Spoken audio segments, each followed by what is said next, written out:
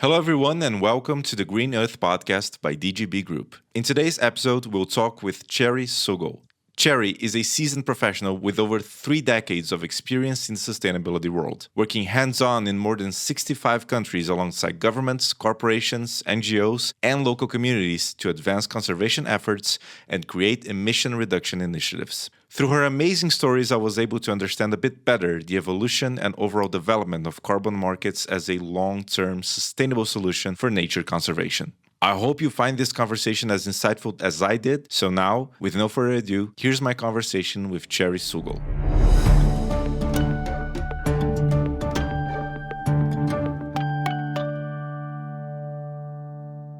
Cheri, first of all, thank you so much for being here. I'm very, very excited for this conversation.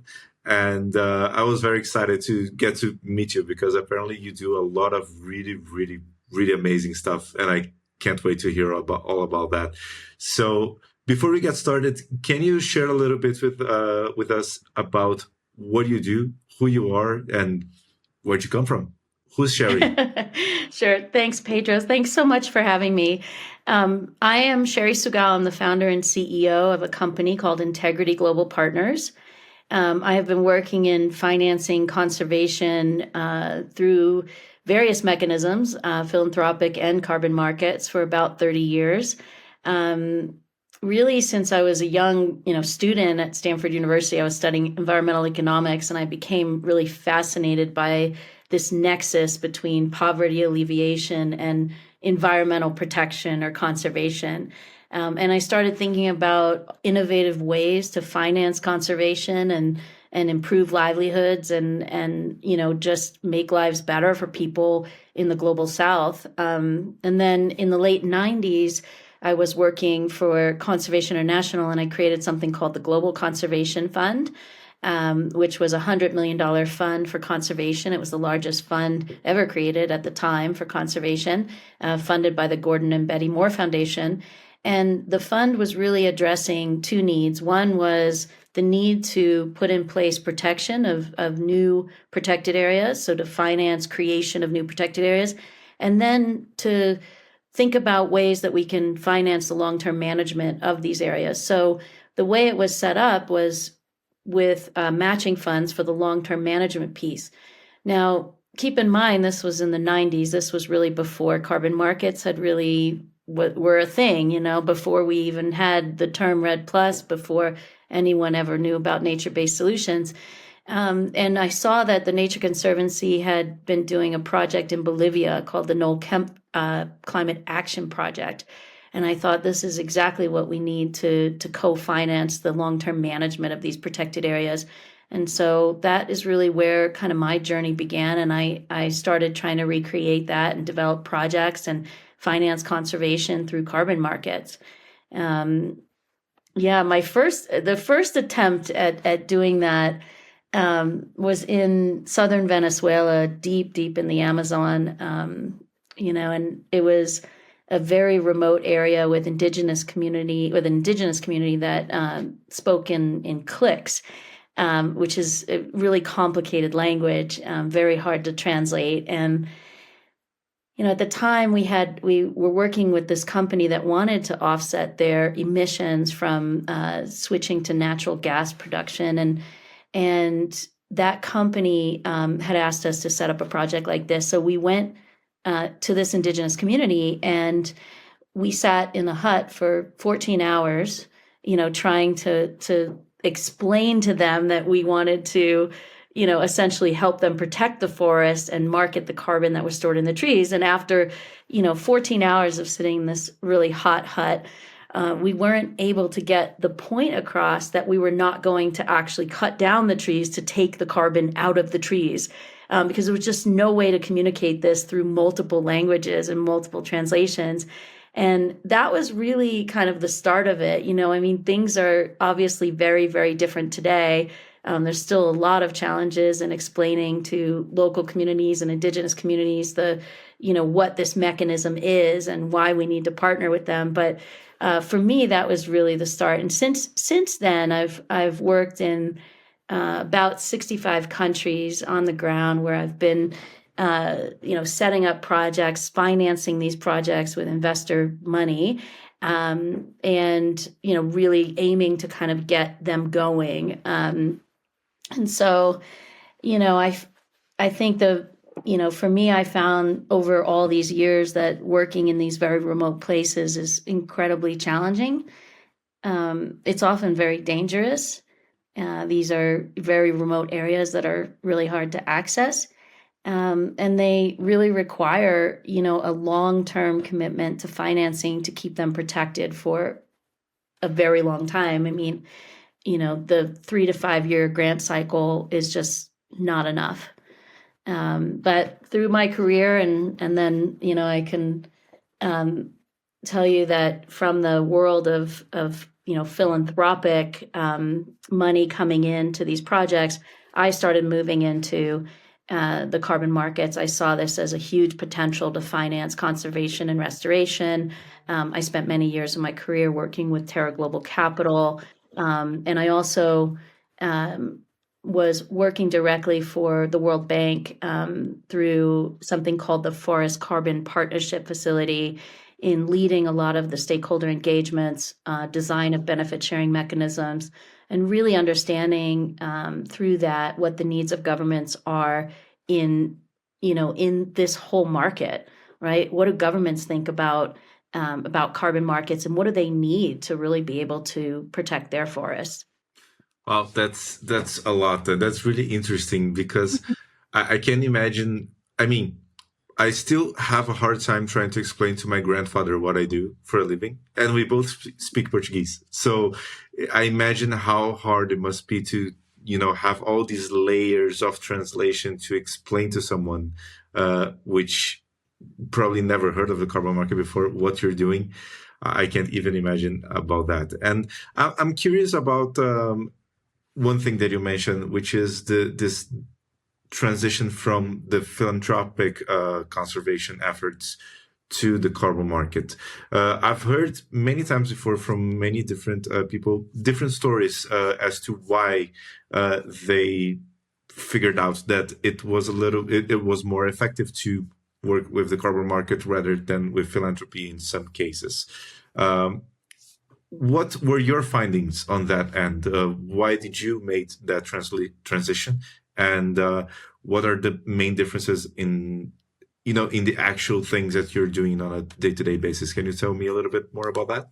Yeah, sure. I mean, I think the carbon markets are a way that we can create sustainable long-term financing. A lot of these projects initially, before we had carbon markets, were funded with grant funding. And even though some of those grants were quite significant, and in the tens of millions of dollars to do all of the setup, even the Forest Carbon Partnership Facility that works with national governments, national jurisdictional programs, has spent, I think, over $800 million on readiness funding. Those facilities, those mechanisms, that money always runs out. And what we find, and I found this myself in having the benefit of sort of being around this long, is you can go back and you can see where there have been losses and where things have improved.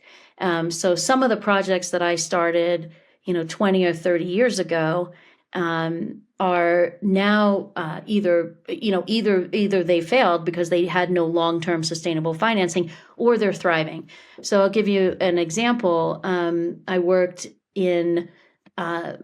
I'll give you two examples. In Cambodia in the late 90s, we created the Cardamom Mountains protected areas, which is a network of protected areas. This is the largest, last remaining intact, pristine forest in Southeast Asia. It's about 1 million hectares. At the time, the area was, full of Khmer Rouge soldiers who were cutting the trees and hunting wildlife, who had kind of used this area as their last stronghold during the Pol Pot era. And those forests absolutely would be gone right now.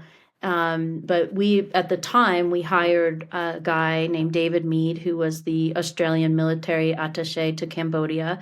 And we had to relocate people out of the Cardamom Mountains from this area. And, he also, I believe he also really did a lot of work with the military there so that people didn't need to cut forests and hunt wildlife, that they could have better jobs and better lives. And, today the financing, sustainable long-term financing to keep that area protected, to have ongoing, biodiversity monitoring and research and livelihood improvements is all coming from a RED project that is run by a group called the Wildlife Alliance that's, implementing a RED project in the Cardamom Mountains. And as I said, I have no doubt that these forests, even though they were technically set up as a protected area, I have no doubt that those forests would be gone. They would no longer be there if there wasn't this kind of ongoing management and ongoing financing from the carbon markets. Another interesting example, is in Colombia. There was a program called BioRed that was funded by USAID. It was a $30 million grant funding covering about 700,000 hectares of forest. When I first went there, I worked for the program. I wrote the what's called the PDs, or project documents, for the carbon project, and there were 8 of them. So it was quite a significant undertaking. But when I first went to many of these different areas, these were areas that were paramilitary and FARC controlled areas. There were lots of guns, and it was an incredibly dangerous place to visit, let alone work. And the BioRed program really was designed as this regional development project, that included a bunch of different things of building agricultural value chains. But one of those things was to develop these carbon assets. And through that program, now this program is, in addition to other livelihood activities, is generating revenue from the carbon markets. It's providing employment opportunities for communities, and they're earning income from the sale of carbon credits. And these it's really critical, and that this ongoing financing is there, because that $30 million ran out very quickly, in setting up all of these projects. And from what I hear, I have colleagues that have been back to these areas, that these communities are thriving, and the program has been incredibly effective at alleviating poverty, supporting sustainable livelihoods programs among Afro-Colombian and indigenous communities. And again, I really have no doubt that these forests would not be there were it not for not only the initial grant funding, but the ongoing financing coming from carbon markets. Yeah, that makes complete sense. And that's really, really interesting. Whenever I think about this, I just can't help but think how incredibly expensive these things are. And even though they don't, at first glance, it doesn't seem like it's going to be expensive to not cut down a tree, right? It's pretty much, let's not cut down the trees. That's pretty cheap not to do, right? But I actually have an example of a preserved area that's about 3 hours away from from where I live here in South Brazil, and is one of the last South Brazilian preservation areas which have indigenous people living there. And there are more than one group of indigenous people living there, and they are in constant war with each other. So if you want to preserve that, you need to figure that out. It's incredibly expensive to get in there because, well, you've been to Colombia. I'm pretty sure you kind of get the idea of what South American jungle is like. The jungle is trying to kill you at all times. And there's, people from both sides trying to kill whoever is coming as well.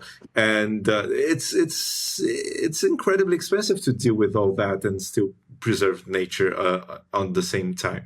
But you touched on a very interesting point, which is the effort to raise people out of poverty while preserving, and not only while preserving, but as something that actually helps us preserve nature at the same time.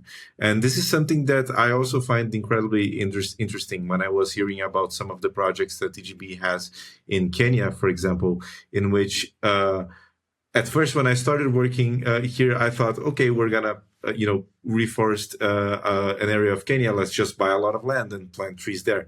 And that's, of course, one way to do it. But the way that we're doing is actually way more comprehensive, actually helping the farmers and, raising their standards of living and helping them that way. That's actually really, really interesting. Have you, in the projects that you've worked with, what could you see that, how was that relationship like between nature preservation and raising, the poverty line, essentially?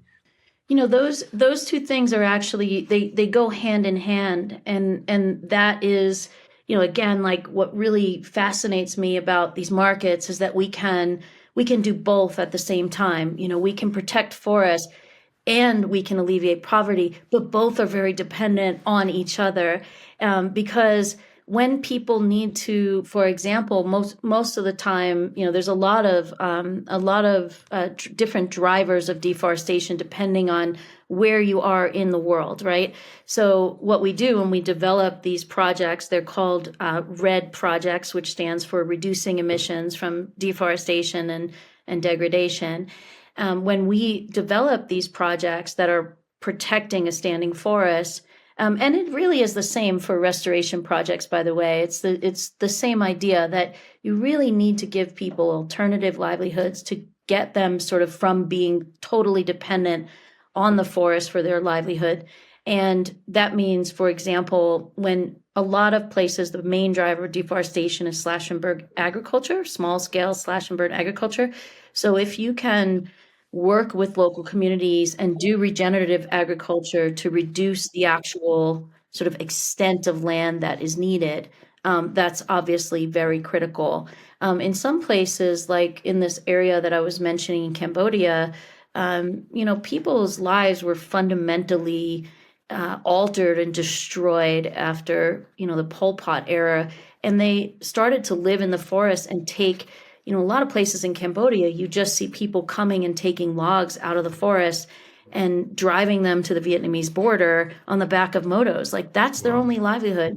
So you really need to find ways to give people alternative livelihoods, alternative employment. And a lot of these projects, especially some of these larger scale projects, they'll take people that have been working in something that was, kind of either destroying the forest or destroying biodiversity, and they'll put them in jobs that is protecting the forest and protecting biodiversity.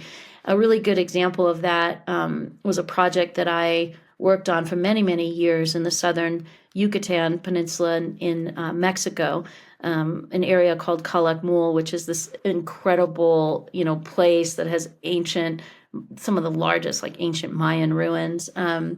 And it's very close to the border with Guatemala. It's one of the largest intact rainforests it is actually the largest intact rainforest in the region. And we were working on protecting that forest as really important jaguar habitat. And one of the people in that project, who is now tracks jaguars for science, for conservation, he's an incredible tracker, right? He has dogs that have been trained for generations, right? He knows how to go out and track jaguars, but that's because he was once a hunter, right? He was hunting jaguar and selling that for his own livelihood, for his livelihood of his family. And now he's been hired by the project, and he goes out and uses his skills and his dogs to track jaguars for science and to demonstrate the extent of the land that jaguars need for their habitat. And that's been a driving force in creating 350,000 hectares of protected forest in the southern Yucatan, which is also, by the way, a RED Plus project right now. So, so there's all kinds of things that are very important to do in these projects that improve livelihoods. One of the things I will say is that we need to make sure that people in these projects are earning a living wage, and that we treat them like partners, and it's beyond benefit sharing. It's about bringing people in as partners into these projects so that they are part of the project, that they have they feel ownership of the project, and they have a real incentive to continue to work hard to, to protect the forest, they're thriving, right? That people are thriving in this context. Yeah, that makes perfect sense, and it's an important thing that most of the times we don't think about, right? Whenever we talk about preserving forests, I've heard that all my life in living in Brazil. I mean, in Europe and in the United States, we don't hear about preserving forests because there are no forests to preserve. And the global north pretty much just developed that much because of all that economic activity. And we are in the global south kind of going through the development phase right now. And that is what's causing most of the, environmental impact that we're pretty much putting in the land right now. But at the same time, it's very, I don't want to say it's easy to say, but it's easy to say for global north people to say, yeah, you should not cut down your trees. But I'm like, yeah, well, we're just trying to get where you're at. We're just trying to raise our standards of living to where your standard of living is. And I'm curious about that. You mentioned Cambodia, you mentioned Mexico. How is life in those places? You mentioned people living in the forest. You mentioned, trackers, helping hunt jaguars down. What is life like there? Do people have farms? Are the farms big, small? Are they living literally in the forest? Like we have people here in Brazil living in the forest. How's life there? That's a really good question. I think, obviously every context is very different. You do still have communities. You have even uncontacted, indigenous communities that are living deep in the forest, and, they're living sort of very sustainably, off the land. And, they're some of the best stewards of our, of the remaining forests in the world, right? And then there's people who are kind of living on the edge, and and I don't want to downplay that, like, people are in extreme poverty in so many places around the world. And in particular, there's so many places where people have a hard time growing food. And so there's this need to use land to grow food, and we need to find alternatives. We need to find ways that people providing, we need to provide, transfer of technology and new ways of growing food. We need to find ways to provide income and employment to people, alternative livelihoods and things that people can do to earn money that are not totally dependent on the forest. But without that, I don't think we have a chance of really succeeding. Because at the end of the day, if people are still, and at the end of the day, someone is going to feed their child as opposed to protecting a tree, right? Yeah, this is one thing that I've heard a lot from a lot of project directors in pretty much every country that we have projects in. The very first concern that people have when you go to their farms and ask not to cut down trees is, well, I have to plant things so I can sell those things so I can pay for my children's school. Like this is not a choice to me, but now they have this choice, which is really interesting. Yeah, and if these projects work the way they're intended to work, then they do have that choice. I think we are still, we still have a lot of work to do in making sure that communities are receiving their fair share of the benefits of these projects. And in many projects, it works really well, and some it hasn't worked that well. And so I think there's a lot of work to do on that piece of it, which is related to revenue and benefit sharing, but also on capacity building, right? Like we talk about something called FPIC of, free prior informed consent, and making sure that people are freely, giving their consent to this project. The only way that we can really achieve that is if people really understand what carbon markets are and what this mechanism is, right? And so I think we have a lot of work to do in sort of building capacity and doing trainings of local communities and frankly, even of governments, to really understand the potential for carbon markets. And and what that could mean for them as an alternative to cutting down these forests. But I mean, one of the things that's very clear is that we really don't have a choice. We know that there's no path to achieving the goals of the Paris Agreement without protecting and restoring nature, and that nature-based solutions can provide about 30% of the solution for climate change. And so protecting standing forests is key to this. These forests store massive amounts of carbon in above ground biomass, in soils, and in their roots. The number I've seen is about 450 to 650 gigatons of carbon. And, when these forests are lost, all of that carbon is immediately released into the atmosphere. And so that, is the blink of an eye, right? It happens very, very quickly. But, if you look at what's happening in the Amazon in Brazil, from June to August, there were almost 2.5 million hectares of forest in the Amazon were lost, releasing 30 plus million tons of carbon into the atmosphere. And I think we're really now at a turning point where, many people are saying that Amazon is going from being a global carbon sink to now emitting carbon. And, without the Amazon, the Earth could warm another degree Celsius on top of the very dangerous levels we're already at. So when these forests are lost and that carbon is immediately released in the atmosphere, it could take decades for forests to regrow to the point where they're absorbing the same amount of carbon. And we just don't have that time.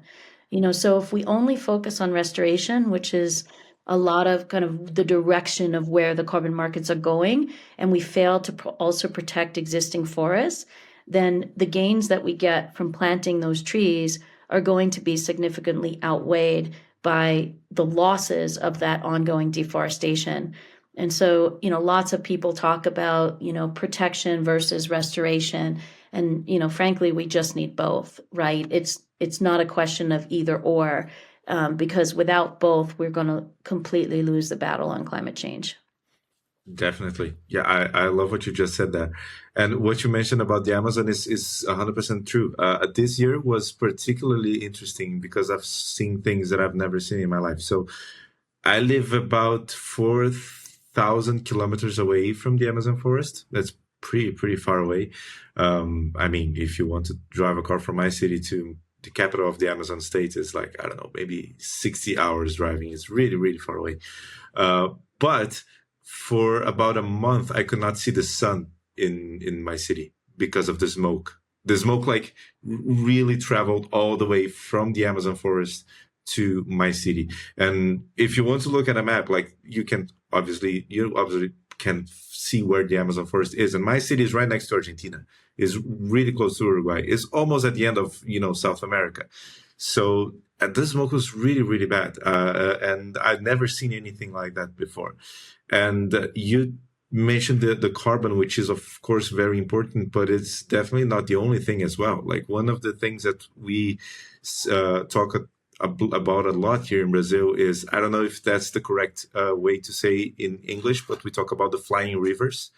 Because of the Amazon is very, very humid, right? And because of it, all the rain that comes, that is, essentially raining in the south of Brazil and the central part of Brazil, which is also where most of our food, production is, most of our farms are.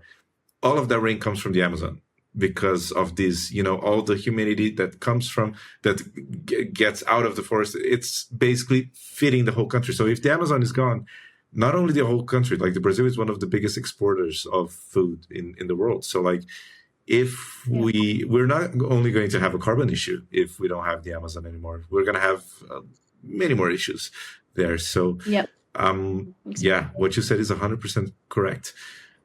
Yep. Yeah, it's very scary. I mean, and I think for a while, and certainly over the last, up until about 2021 or 2022, these types of projects, these REDD+ projects, comprise the majority of carbon credits sold in the carbon markets. And it was a very, there was no question, and there's never been any question in my mind that every forest on Earth is threatened. It is just a matter of time. And so, for me, and having been in this for as long as I have, I never thought that we would see the day where REDD+ projects were called into question the way that they have. So really, if we look back on the last couple of years, it's good to think about and understand kind of what's happened so that we can then talk about where we need to go in the future to recover this sort of really, really important financial mechanism for protecting forests.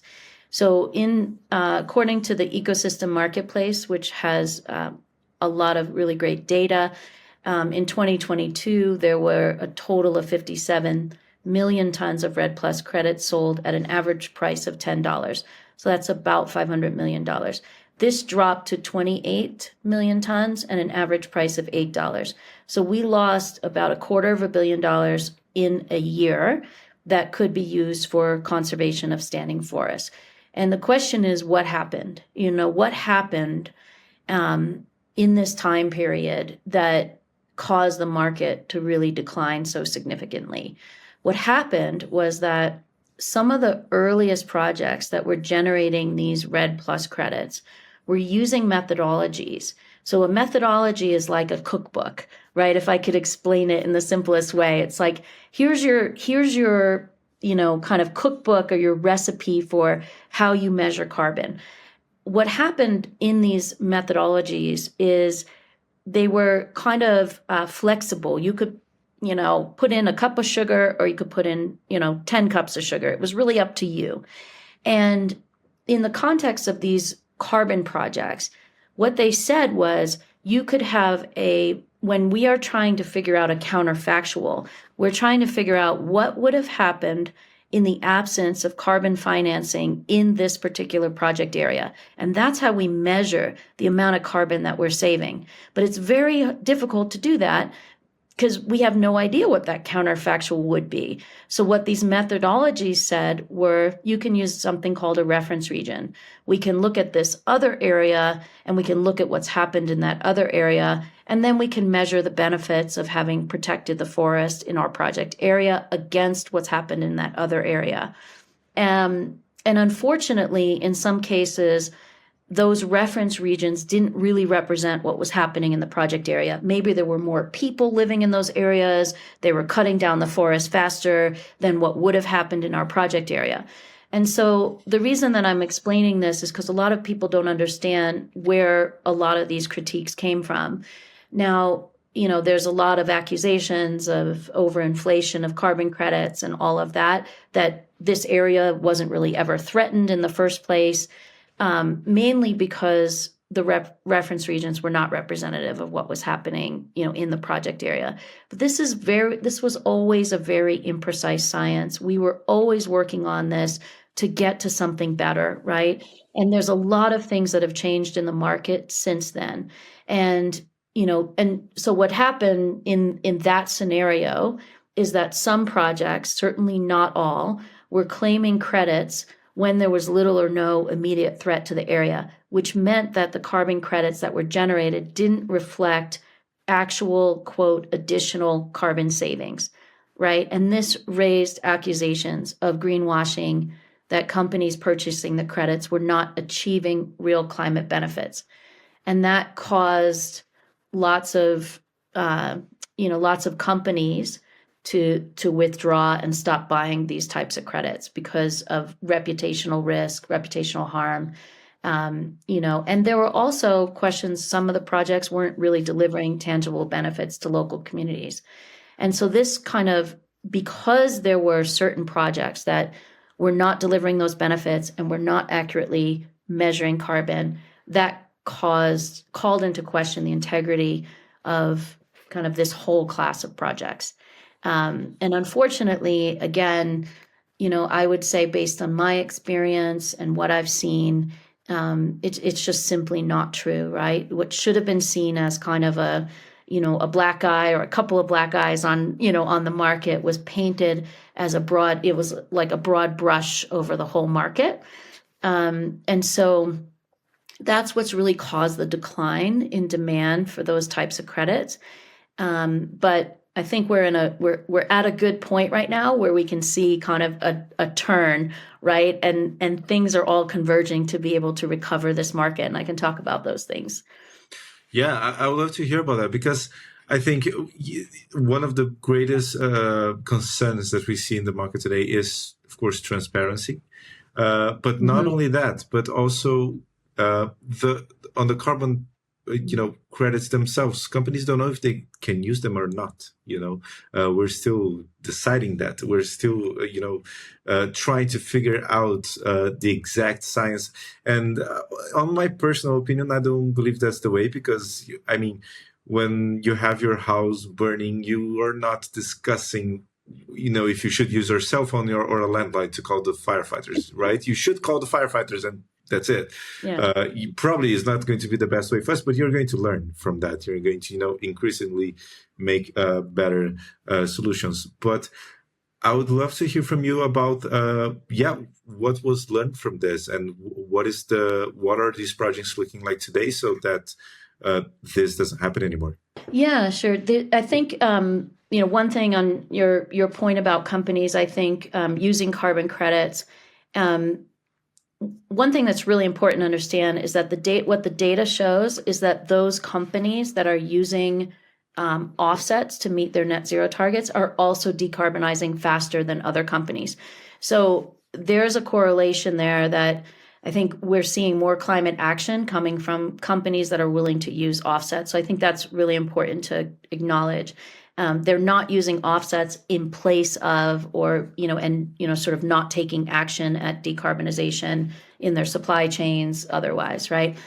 Yeah, I think it's a very, sorry to interrupt you, but I think that's very good to hear because for me it's very obvious, right? Carbon credits are, if you're not decarbonizing, it's an extra cost, right? It's more Right. money that you have to spend, and companies don't want to. If they can save that money by not emitting, it's a no-brainer for an entrepreneur to take that approach, right?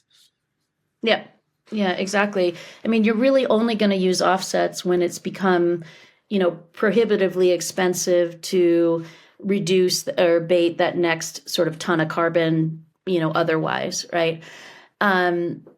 So where is this all going? I think it's really important to think about kind of where things are headed in the carbon markets and what the future looks like. And I personally think the future is bright, and there's a lot of reasons for that. One is that these methodologies that we were using before for these RED Plus projects, where you could kind of have a cup of sugar or 10 cups of sugar, right? Verra has been, Verra is the sort of main standard in the voluntary carbon market, where a lot of these projects have undergone validation and verification. Verra is currently working on something called VM48. It's a new methodology that provides a baseline across an entire jurisdiction and then allocates that baseline to a specific project area. So everything sort of adds up to one number. There's no more use of a reference region to be able to determine what's happening in your project area. So ideally, we are, and not ideally, but we are getting away from, this sort of problem that we've had in measuring this sort of counterfactual of what would happen in the absence of carbon financing. It's a tremendous amount of work that they're doing right now, and they're just gathering all of the data together, and we should have what's called activity data by next year that will allow pretty much every country on Earth to be able to measure carbon. The other thing that's happening is the technology has just improved so much that we can measure, carbon and methane emissions from every single hectare of the Earth, right? Some of the work that Planet has been doing and releasing new satellites, that are covering the entire planet, is incredibly exciting. This is technology we did not have even just a few years ago. So that enables us to not only identify the sources of methane and carbon emissions, but it enables us to monitor from space really accurately what's happening in these project areas. And then the other thing that's happening is, we've really become focused on integrity. And I really had no idea. I created a company called Integrity Global Partners, but I did not know, at the time that this would sort of be the main, the word of the day, right? But what does that really mean? I mean, on the supply side, there's something called the Integrity Council for the Voluntary Carbon Market, or the ICVCM. And they are really setting a global standard for what it means to develop a high integrity carbon project. They're developing a set of core carbon principles, which are made up of kind of 10 fundamental principles for identifying high quality credits. Things like governance, transparency, additionality, permanence, sustainable development benefits and safeguards. And then once the methodologies and the standards have a CCP label, that sort of sets a minimum bar for what would be considered a high quality credit. So that's moving things in the right direction. Finally, there's been an emergence in the last few years, I would say really in the last 3 years, of private carbon credit rating agencies, ones like Solvera and Calyx and B0, that offer buyers information about the quality of carbon credits so that they can make good purchasing decisions. And these are independent third-party assessments of carbon projects. They've come under some scrutiny because it's difficult to know sort of the methodologies that they use. But on balance, I think they're providing some independent kind of additional check on the quality of projects that are coming into the market. So I think all of these initiatives are really going to restore the faith in the quality of credits that are coming into the market from these REDD+ projects. And I think, hopefully that will enable us it'll restore the demand for these credits, which will then in turn enable additional financing that's so badly needed to keep these forests from being cut down. And the other thing I think is also really good news is that some very credible sources like Bloomberg and others have been looking at the bifurcation of price based on high quality and low quality credits in the market. So in addition to kind of restoring that faith, as we start to develop these higher quality projects, where we're really putting the time in as to all the things that I mentioned to you about capacity building for local communities and ensuring people have a living wage and livelihood improvements and making sure that there's accuracy in the measurement and ongoing, monitoring, verification of carbon credits. All of that requires additional money. Right now, carbon prices are too low to be able to kind of build the Cadillacs, right, that we're building in these projects. But the good news is that what we're seeing is that the higher quality projects, are already demanding higher prices in the market, and we think that that's only going to increase. So as the price of carbon, goes up for these higher quality projects because they're going to be in limited supply, we will start, and they're going to be in high demand, right? As corporates get more educated and there's all of this new standards coming out in the market, we are going to see higher prices for these projects that will enable us to do them even better. So I'm very excited. I think the future is bright for REDD+, and we just have to keep going in this direction this path that we're already on. You're making me very optimistic about the future. So thank you for that. But it's crazy how this is going on. This is happening very fast, even though it doesn't seem like it, right? I tend to try to put everything in perspective, but and of course we want to move even faster if we can. But it took over 100 years for doctors to start washing their hands. I always use this example because it's something that's so simple and it's a given for us. But it took over 100 years for doctors to actually believe that they should wash their hands, even though there was, evidence, of very, very clear evidence showing that people would not die as much if they wash their hands. And you started mentioning like the very beginning of the carbon markets, that was like what, 20, maybe 30 years ago, not even that. We're already moving towards, through these difficulties and issues and coming back from those and coming up with new solutions. That's very, very fast for a whole new market that is forming. So that makes me very optimistic. Yeah, I am too. And I think, we often get very frustrated in this slow pace, of finalizing the mechanisms under the Paris Agreement. And we've, there's, because I mean, I was at some of those very early meetings. I mean, there are people that are now, they weren't even born yet. Lots of people that attend these meetings today were not even born yet when we started negotiating the Paris Agreement. Wow. So I think, or an international, a climate change treaty, right? And I think what's really important to recognize is that this is like a global business plan for the planet. It's getting over 180 countries to all agree, and they don't always agree, and it's really challenging. And there's issues around sovereignty and their ability to kind of make decisions that are based on their own sort of needs and their own economic growth.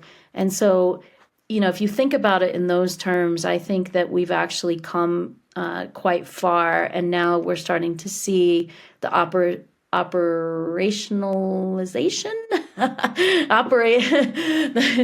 putting in place the operationalizing the Article 6 mechanism, which is going to facilitate even more financing for these projects if they can be done under Article 6. As agreements are made between countries for ITMOs, and then at the project level under Article 6.4. So, I mean, I often fall in both camps where I feel like we're not doing enough fast enough. And, there are the changes that are happening on the planet are very obvious right now. I often feel like if 30 years ago when I started doing this work, and it was considered sort of cute that I wanted to save the planet, it was like, oh, that's so cute, I mean, now if it was taken more seriously back then, we would be in a much better place today. And the things that you're experiencing in Brazil are the same things that we are experiencing in the United States. And I live in an area that is constantly under wildfire, evacuation warnings, and the fires are getting bigger and stronger and more frequent. And, we know that is due to climate change. And so, it's a very scary time. And just recently we had massive flooding again, in South Carolina and in Florida. And those are like once in a, they would have been considered once in 1,000-year occurrences. Like, who would have thought that Asheville, which is like 2,000 feet above sea level and nowhere near the coast, it would be underwater, So I think, we're seeing the consequences, and we're seeing what's happening real time from this slow sort of action on climate change. But, we can't allow that to sort of have us become so frustrated that we stop working on this and continue to create, mechanisms, use the technology we have, use the learnings we've had over the last 30, 40 years of doing this, to really keep improving. And I think that we are. Yeah, definitely. I look at on the bright side, I look at the benefits that these projects are bringing for people that live in the areas that the projects are being implemented. It's amazing to see lives being transformed because of that. You mentioned some, for example, the jaguar hunter. I love that example, by the way. The guy used to hunt jaguars. Now he's actively working to save them. That's great. I've heard a story of this guy which works in the Amazon, and the same thing happened to some loggers that he ran into. Like, he was able to turn the region that was being logged into a preservation region, and the loggers became rangers. and they're now actively working to protect that forest because they know that forest more than anyone else. I mean, they were working there every day. So it's amazing to see these changes happening. But Yeah. I would love to ask you about the more corporate slash business side of things, because you mentioned, of course, the Paris Agreement and the voluntary market. And one question that I have in my head now, which is a question that I have for a long time, actually, is well, the carbon market now is mostly voluntary, right? So the companies buy carbon credits because they want to, not because they have to, which makes it almost like a charity still, right? They just want to feel good about themselves. There's no, it's not like a commodity where they need to buy carbon credits, otherwise they will go under, or they will not be able to make their product or whatnot. Of course, in the long term, it does mean that, because if they don't, if we don't preserve the earth, probably we won't have as many clients in the planet, because there won't be as many people in the planet. But on the short term, it doesn't look like it looks like it's a voluntary thing, right? It's a charity. From when you started working with this and you started, transitioning to the kind of financial side of investing in these kinds of projects, what is the mood of the investor putting money into projects of preservation? What are they thinking? Are they doing that just because they want to do good for the world and it's quote unquote kind of a charity, or what are the economic reasons for a company to choose to purchase carbon credits today? Yeah, there's a lot there to kind of unpack, but I would say there's two types of quote, sort of investors in the space. One is corporates that want to meet their net zero targets and they want access to long-term supply. Those corporates are seeing one is this kind of bifurcation in the market that I mentioned, that prices are going to go up. And so they want to secure that supply early. So, a lot of, what we do, what I do is put together kind of the structure of how those corporates can participate in this market and gain access to that long-term supply. And some of those can invest early in projects. Others are just kind of signing long-term offtake agreements early on so that they can get access to that supply. There's another type of investor in the space, which is a kind of pure financial investor. And those are seeing that there is this kind of long-term demand for these credits. And so they're willing to kind of put the money in to get these projects going, but they're looking for kind of a pure financial return, just like any other investor would. And those kind of investments take multiple different forms. They could be, in the form of equity investments into new vehicles like special purpose vehicles, debt financing, prepayments, things like that. And, when we think about kind of the where we are today in terms of compliance markets, right? There's kind of a convergence happening between the voluntary and compliance markets.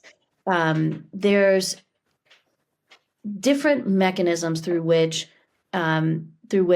carbon credits can be issued, right? And some of these mechanisms will create carbon credits for compliance crediting schemes, like the California Compliance Offset Program, Australian Carbon Credit Unit Scheme, Japanese J-RED scheme. And then there's pure voluntary market mechanisms like the Verified Carbon Standard. But the best way to explain this is that some of these compliance markets are allowing for credits that are issued under the voluntary market to come into these compliance markets. And so the lines have become a bit blurred, like the California Cap and Trade System, something called the Carbon Offsetting and Reduction Scheme for International Aviation, which is CORSIA, have allowed participants to use credits from independent crediting mechanisms that would otherwise be considered voluntary credits in these kind of compliance schemes. right? So um, I think that it's hard to explain, but there is this kind of line sort of blurring going on. And now we're also seeing that that a lot of projects that those that are financing projects that would normally be considered for the voluntary carbon market are asking for what's called a corresponding adjustment from the host country. So if the host country is willing to give a corresponding adjustment on those credits, it means that the host country cannot use those credits to meet its own nationally determined contribution under the Paris Agreement. It means those credits can be exported and used by another country that is meeting their own NDCs. And so even for projects that are developed within that are developed within the voluntary market, they are setting themselves up to be used under compliance schemes globally, if that makes sense. That does make sense. So basically, like to put it in very in words that even I can understand. So basically, it's not so voluntary anymore. Sometimes, like when you start involving schemes like Corsia, we're not talking about a voluntary action. We're talking about a compulsive, action. So. Right. And so a lot of these actions right now in the quote voluntary market are almost like pre-compliance actions. Right. They're setting up, a market that will enable companies and governments to meet future compliance obligations. And so these compliance obligations they are a thing of the future. This is something that we are expecting to become true. Yeah, I mean, they're not just the future. They, as the examples that I mentioned, there's lots of countries that have compliance, domestic compliance programs already in place. Singapore, Japan, you mentioned Corsia for the aviation industry, and those already exist and they're becoming operational now. So I think the market is increasing, and the ability to kind of use some of the voluntary market projects to meet that sort of demand of future supply of compliance grade credits is kind of what's also driving this market. Makes perfect sense. Yeah, this is very promising for the future. Then I'm again quite optimistic by our conversation today. So, well, first of all, Cheri, thank you so much for joining today. It was really, really an interesting episode. I've learned a lot, and again, I'm leaving this conversation more optimistic than I was before, and which is something that is quite rare these days. So I am very grateful for that. For my final question, it's actually a very general thing. You've been in this market for a long time. You've seen a lot of things. You've seen how it was, how it is now, and I'm pretty sure you have some ideas of how the market is going to be in the future. So I would love to ask you your final thoughts and an overview of what do you see that's interesting in the carbon market today, and where do you think we're going to? Yeah, thanks. And thanks so much for having me. This has been a lot of fun talking to you today. I think that, again, I'm really hopeful of where carbon markets are going. I think that we are at a critical juncture today of kind of increasing and improving the quality and the integrity of the supply of credits that are coming into the market. I think there's obviously, technology improvements are really exciting, enabling us to sort of have more transparency in the way that we measure and monitor, carbon coming out of these projects, because, it's really important that companies that are buying these credits know that they're, really offsetting a ton of carbon that they would that they're emitting from their production. I think there's still we've learned a tremendous amount over the last decades about the importance of involving local communities and improving livelihoods in the context of these projects.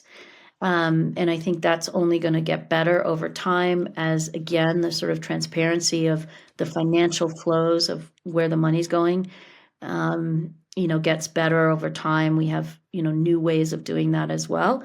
And so, for me, I think that we're improving, we're learning, we've gotten better, and the emergence of sort of compliance mechanisms and operationalizing Article 6 are going to be a major change for all of us in the market. So that's really it. Awesome. Thank you so much. And I just realized that I forgot to ask you a very important question regarding an update that I saw a week ago on your LinkedIn, in which you joined the newly launched Green Carbon Fund by Vandersteen. And I would love to hear about that. Yeah, I joined the advisory board of the Green Carbon Fund. I think this is going to be a really interesting way and open up new avenues for a wider pool of investors to get into the carbon markets, because it's kind of a smaller smaller ask to come into the fund. But I think this is going to be a great mechanism for enabling additional and wider participation in carbon markets and additional financial flows to projects. So I'm really excited to see where it goes. Thank you for joining us today. The Green Earth Podcast is a DGB Group initiative. DGB is a large-scale, nature-based project developer, and our goal is to help nature flourish and prosper. If you want to read more about our projects, please check our website, green.earth. The link is also in the description. If you enjoyed this podcast, please consider leaving us a review. And if you know anyone that might benefit from this content, we'd greatly appreciate your recommendation. I'm Pedro Zimmer, your host, and I hope to see you for the next episode of the Green Earth Podcast.